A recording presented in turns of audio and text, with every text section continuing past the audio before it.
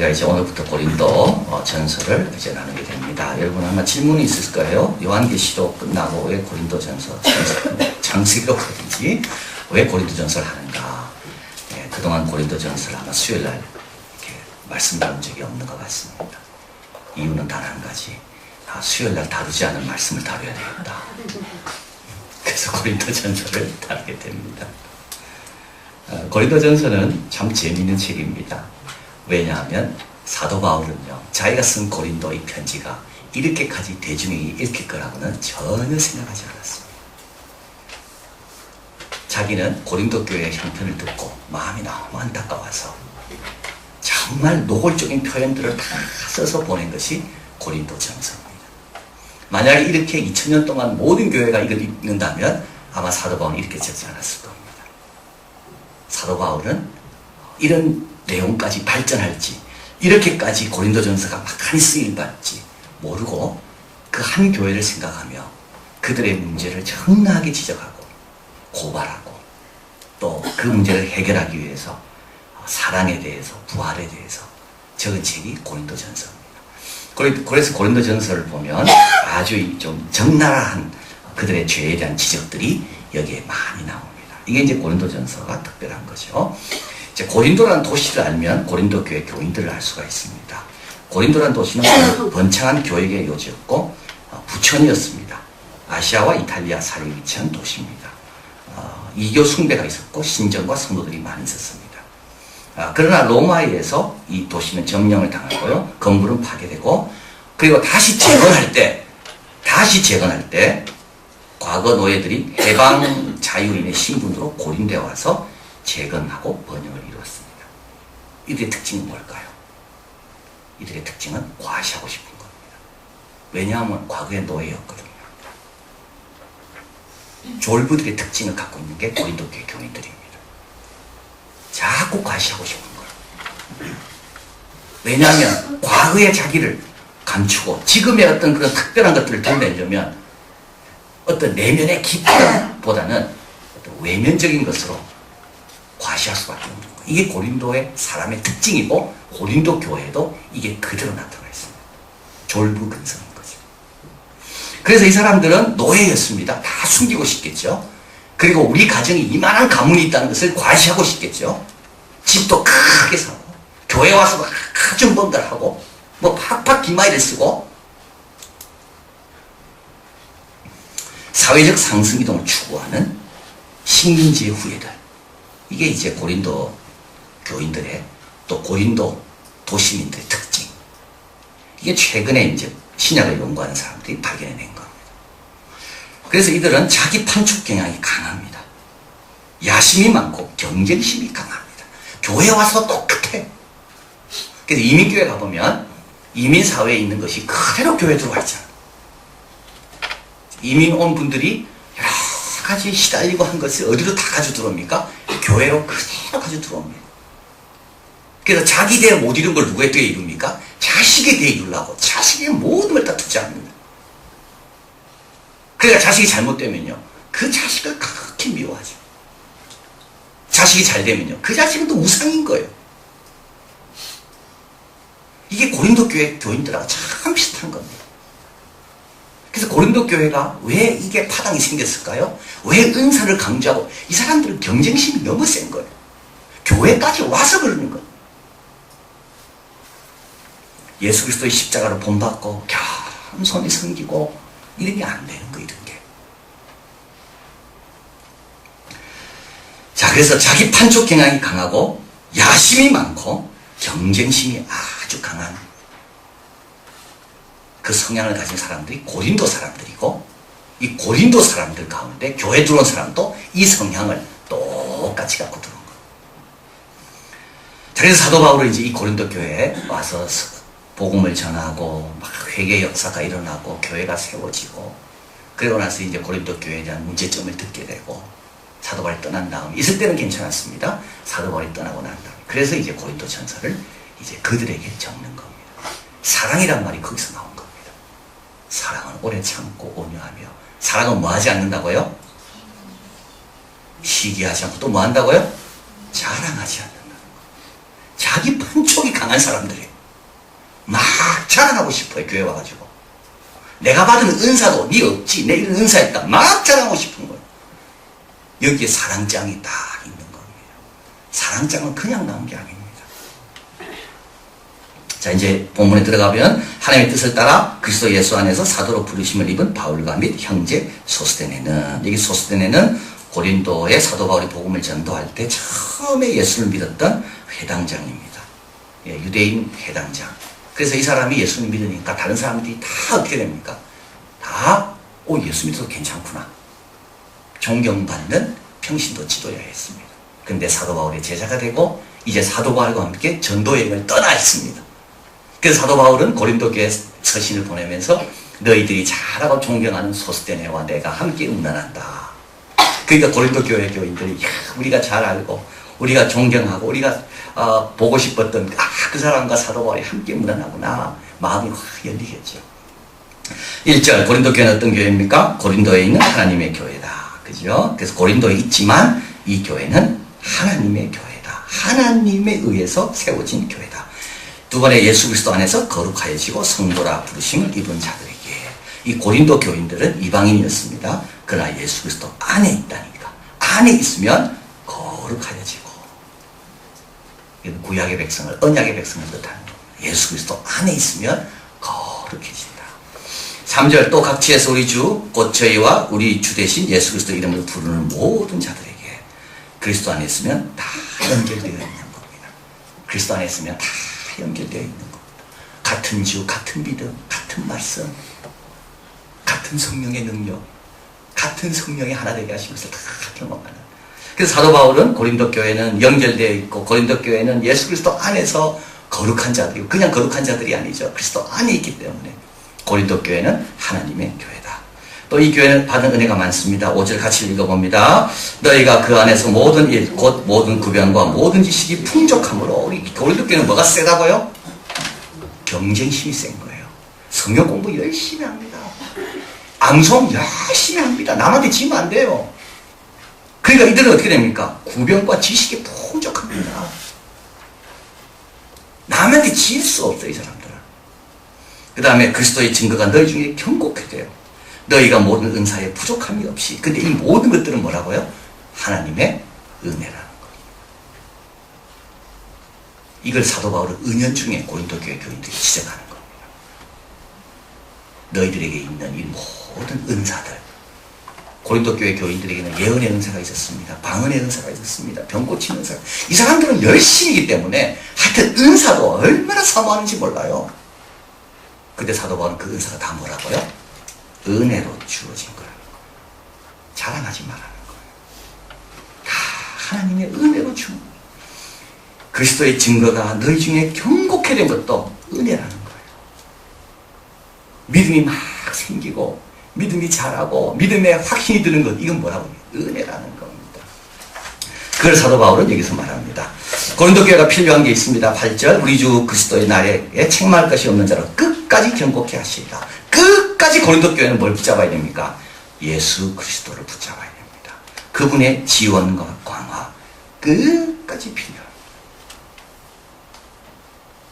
끝까지 필요합니다. 우리는 마지막 죽는 순간까지 우리가 뭐가 필요합니까? 그분의 강화와 지원이 필요합니다. 그런데 고린도 교회는 지금 잠깐 지금 흔들리고 있는 거죠. 이 정도 은사, 이 정도 지식, 이 정도 구변. 사도 바울은 뭐라고요? 끝까지 주님이 널 도와줘야 된다. 그리고 또 너희로 불러 그의 아들 예수 그리스도 주로 더불어 교제케 하시는 하나님은 미쁘시다. 이 모든 것을 하나님이 아시고 하나님의 특징은 뭐라고요? 신실하시다. 하나님 교제 안에 신실하게 응답하라. 그래서 교회는 죄인들의 학교지 성자들의 전시관이 아니다. 우리가 이걸 자꾸 잊어버리면 안 됩니다. 신앙생활 할 때 내가 죄인이라는 걸 잊어버리면 안 됩니다.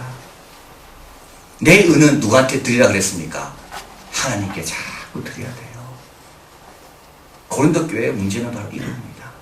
하나님께서 은사 주셨잖아요. 그 다음부터 그 은사가 하나님께로 가야 되는데 자기 은가 되는 거예요. 지나간 거 다 하나님 앞에 맡기고 잊어버려야 되는 거예요.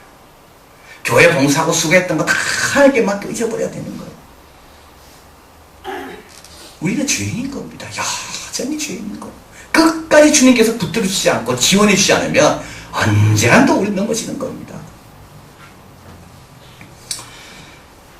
교회는 죄인들의 학교지 성자들의 전시관이 아니다. 우리 성자 아닙니다. 겸손히 겸손히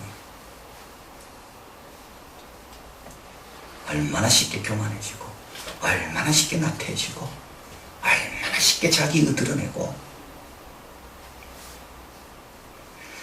그래서 우리가 이걸 늘 기억해야 됩니다. 죄인들이다. 내가 죄인이다.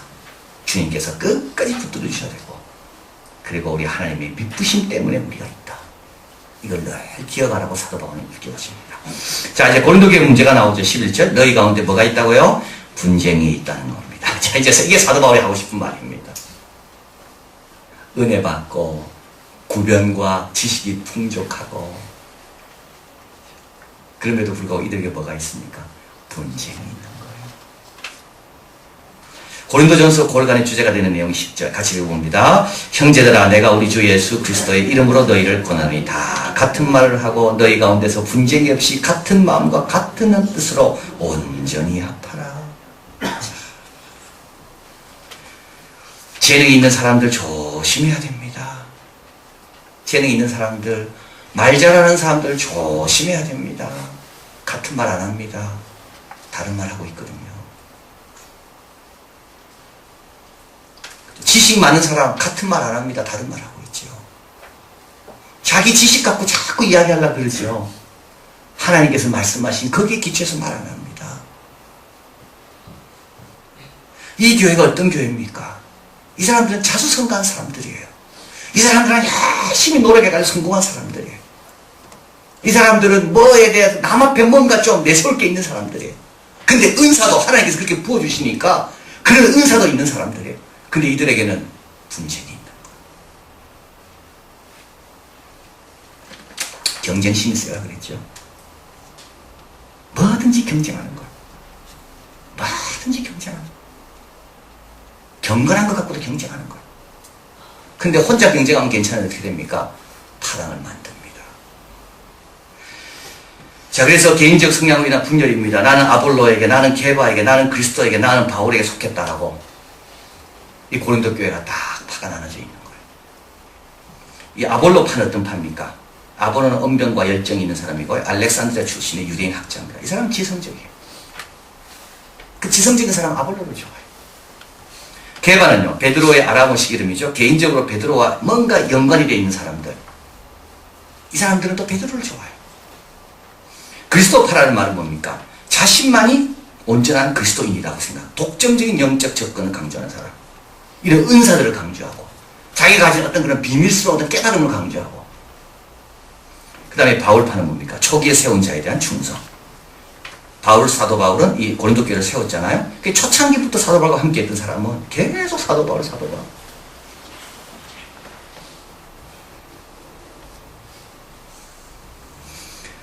사도 바울은 이에 대해 처방을 줍니다. 인도주의적으로 말하지 않습니다. 하나님의 참된 유일한 바탕을 제공합니다. 같은 마음과 같은 뜻.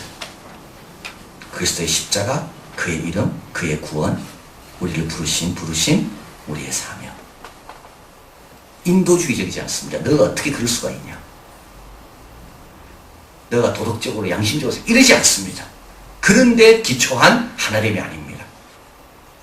13절 같이 읽어봅니다. 그리스도가 어찌 아니었느냐? 바울이 너희를 위하여 십자가에 못 박혔으며 바울의 이름으로 너희가 세례를 받았느냐? 우리가 누구의 이름으로 세례를 받았습니까? 누가 우리를 대신 죽었습니까? 예수 그리스도. 예수님을 바라보라는 거예요. 예수님을 바라보면서 뭘 배웁니까? 나도 죽어야 되는구나. 그걸 배우는 겁니다. 내가 이기는 게 중요한 게 아니에요. 내 파가 몇 명이고 나를 따르는 사람이 이렇게 많고 나를 추적하는 사람이 많아서 저 사람보다 저 그룹보다 훨씬 많다, 든든하다, 이런 게 아니에요. 예수님이 그러려고 십자가에 돌아가신 게 아니죠. 중간에 막힌 담을 허시려고. 그래서 우리의 하나님의 바탕은 예수 그리스도의 십자가라는 것을 가르쳐 줍니다. 그 다음 17절 같이 읽어봅니다. 그리스도께서 나를 보내심은 세례를 주게 하려 하심이 아니요 오직 복음을 전케 하려 하심이니 말의 지혜로 하지 아니함은 그리스도의 십자가가 헛되지 않게 하려 함이라. 이 말의 지혜는 고린도 성도들의 어떤 지식을 말하는 겁니다. 엄연히 뛰어나다 그랬죠. 그러나 이들에게 뭐가 없어요? 그리스도의 십자가가 없는 거예요. 복음을 전하고자 하는 복음에 대한 어떤 그런 헌신이 없는 거예요.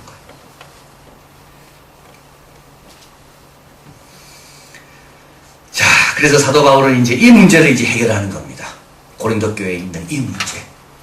그래서 고린도전서는 고린도 교회가 갖고 있는 이 문제를 해결하기 위해서 사도 바울이 고린도 교회 성도들을 생각하며 신랄하게 그들을 지적한 내용이 고린도전서다. 근데 이 고린도전서는 고린도 교회 문제만이 아니라 오늘 우리의 문제도 다 담고 있어서 하나님께서 우리 모두에게 이 내용을 공개하셨다. 그것을 우리가 알게 됩니다. 자, 그럼 결론입니다. 교회와 성도의 사명은 사소한 것이나 작은 것에 국한시키지 말라. 여러분의 사명은 뭔가요? 저 그룹을 이기는 겁니까? 아닙니다. 저 사람을 이기는 겁니까? 아닙니다. 우리의 싸움은 혈과육에 대한 것이 아니라 그랬습니다. 저 사람보다 좀 잘 되는 겁니까? 저 집 자식보다 우리 자식이 좀 잘 되는 겁니까? 교회 와가지고도 그렇게 재는 사람들이 있습니까? 교회와 성도의 사명은 사소한 것이나 작은 것에 국한시키지 말라. 우리의 기도 제목을 그런 데 넣지 말라는 것. 우리의 행동은 더 광범위한 의미에 기속시켜라. 우리는 하나님의 전략 중에 한 부분이다. 자, 이건 너무 중요한 말이죠. 이거는 리차드 헤이즈라는 예일대학교 신학교 교수였다가 지금은 듀크 대학에서 가르치는 분이 한 말이에요. 우리 이한교회는 하나님의 전략 중에 하나인 겁니다. 은행 사거리에, 중계동에, 하계동에 있는 이유는 하나님의 전략 중에 하나라고요. 아이들을 비전 트립으로 보내고 여성들이 대만으로 가고 남자들이 중국으로 가고 가을 비전 축제를 열고 그래서 지역 주민들에게 좋은 강사를 소개하고 이런 우리의 모든 사역은 하나님께서 이 지역을 향한 하나님의 전략의 하나라는 거예요. 우리가 그런 사명을 갖고 신앙생활하는 거예요. 우리 교회가 있는 이유는 하나님의 엄청난 계획 속에 뭔가 틀림없이 중요한 전략이 있다는 거예요. 그걸 생각하면서 일하는 거예요. 뭐 저 사람은 아볼로 파고 나는 바울 파고 저 사람은 그리스도 파고 저 사람은 개가 파고 저 몇 명 모였냐 오늘 모여서 뭐 하냐 그런 게 아니라는 게 그런 게 아니라고. 하나님의 전략. 우리 가정도 마찬가지예요. 우리 가정에 이 아이를 주신 거는 하나님의 뭐 전략 가운데 하나가 있을 거예요. 그 아이의 독특한 성격, 재능을 통하여 하나님의 뜻을 이루고자 하는 하나님의 전략 가운데 그 아이 우리에게 맡긴 겁니다. 우리는 그 하나님의 전략이 뭘까를 생각하면서 그 아이를 키우고 양육하고 그 아이를 지도해야 되는 거지. 사소한 싸움에 이기도록. 그게 아니라는 게 그게 아니라고. 야망이 있고 경쟁심이 있고 근데 그 야망과 경쟁심을 너무 사소한 것으로 오늘 그 감비아에 우리 누구죠? 이렇게 선교사님 오셨어요. 그래서 여러 가지 대화를 어저께도 선교사님 오셔가지고 근데 뭔가 얻는 게 있더라고요. 하나님께서 뭔가 얻는 게 있습니다. 우리가 이제 감비아 프로젝트에 대해서 우리가 헌금도 하고 기도도 하잖아요. 근데 우리도 대화하면서 놀라운 걸 또 하나님께서 깨닫게 하시다. 감비아는 학교들마다 지붕이 세고 바닥이 엉망이고 칠판이고 책상이고 다 엉망이에요. 그래서 제가 말씀드렸어요. 이 프로젝트가 끝나면 감비아 초등학교 학교들을 보수해주는 프로젝트를 해보자고. 그래서 성탄 헌금은 어느 학교에 천정을 갈아주고 추수감사 헌금은 어느 학교에 아이들의 칠판을 확 갈아주고 또 뭐 부활절 헌금은 또 어느 학교에 화장실을 확 고쳐주고 아마 그래 되면 감비아 있는 학교들마다 우리가 우리의 그 손길과 우리의 헌금들이 다 스며들지 않을까. 그러면 우리 감비아에서 사회 가시는 우리 선교사님이 그 학교 가서 교장선생님도 만나고 제가 그런 생각이 들더라고요. 아이들에게 장학금도 주고 감비아 아이들에게. 그럴 때 장학금 수여할 때 우리가 하는 게 아니라 포옹 목사님 교회 오라 해가지고 포옹 목사님을 통해서 전달하고 그리고 포옹 목사님 교회도 살고 그 아이도 살고 그 학교도 살고 그 예수 믿는 교장 선생님도 살고 이렇게 막 감비아 있는 모든 학교가 우리 이한교회가 드리는 그 절기연금을 통하여 하나하나가 다 변한다면, 더 좋아진다면, 처음에는 우리 아이들 갈 때마다 연필, 색종 이런 걸 갖고 갈까 축구공 했는데 그게 아니구나. 우리가 하나님의 큰 전략 중에 있습니다. 감비아라는 나라를, 거기에 있는 그 영혼들을 하나님께서 축복의 자리로 바꾸기 위해서 하나님께서 오래전부터 감비아를 알게 하시고 다녀오게 하시고 기도하게 하시고, 그 하나님의 전략 가운데 우리가 있다. 우리 자녀도 그런 거죠. 우리 자녀도. 오늘 그 페낭에서 선교하시는 분이 오셨어요. 제가 그분 이야기 듣고 놀랐어요. 그분은 안식년에 공부하러 가셨어요. 그랬는데 보니까 말레이시아 페낭이잖아요. 말레이시아에 거기에 많은 이주노동자들이 있대요. 근데 다 불법이래요. 근데 이주노동자로 와서 10년, 20년 지나면서 결혼하여 아이를 낳는데 그 아이는 다 불법인 거예요. 아이는 학교도 못 다닙니다. 그래서 그 선교사님이 그게 너무 안 돼가지고 거기에다가 교회를 시작했는데 교인들이 몰려오기 시작해요. 숨어있던 교인들이 나타나기 시작해요. 그리고 그 아이들을 교육시키는 시설을 만들었는데 엄마들이 몰래 경찰이 단속하러 오면 아이들 데리고 엄마는 다 산으로 도망가는 거예요. 아이들이 모기에 다 띠끼고, 그 다음날 새벽에 되면 아이들 데리고 산에서 내려, 그리고 선교사님한테 와서 아이를 놓으면서 안심한다는 거. 이게 어떤 전략입니까? 하나님의 전략. 은행 사거리에, 중계동에 이한교회를 세우셔서 하나님께서 한 명 한 명에게 하나님의 도전, 하나님의 부르심에 대한 헌신, 우리는 하나님의 그 은혜 스토리 안에 자기를 위치하는 법을 배워야 돼요. 아주 작고 시시한 것에, 그런 것에 갈등하고 힘들어하고 그런 자들이 아니라 내가 하나님의 전략 가운데 있다. 우리 자녀는 하나님의 전략 가운데 있는 아이다. 새 시대에 새 일꾼이 필요해서 우리 가정에 맡기셨고 이한교회 보내셨고, 그래서 이 전략 가운데 하나님께서 훈련시키고 계시는 거예요. 자, 그래서 세계 속에서 하나님이 이루신 열매고 역사가 우리 교회며 우리 자신입니다. 우리는 머리를 붙들어야 됩니다. 여러분, 부르심을 붙들어야 되고요. 다 은혜고, 끝까지 우리에게 필요한 것은 누구보다 잘나고 못나고 그게 필요한 게 아니라 끝까지 우리를 붙들어 주실 분은 우리 예수님밖에 없다.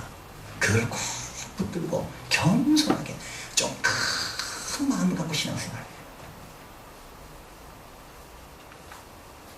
우리의 작은 마음이 하나님의 큰 꿈을 꾸면서, 이게 바로 사도 바울이 고린도 교인들에게 주고자 하는 메시지였습니다. 기도하겠습니다.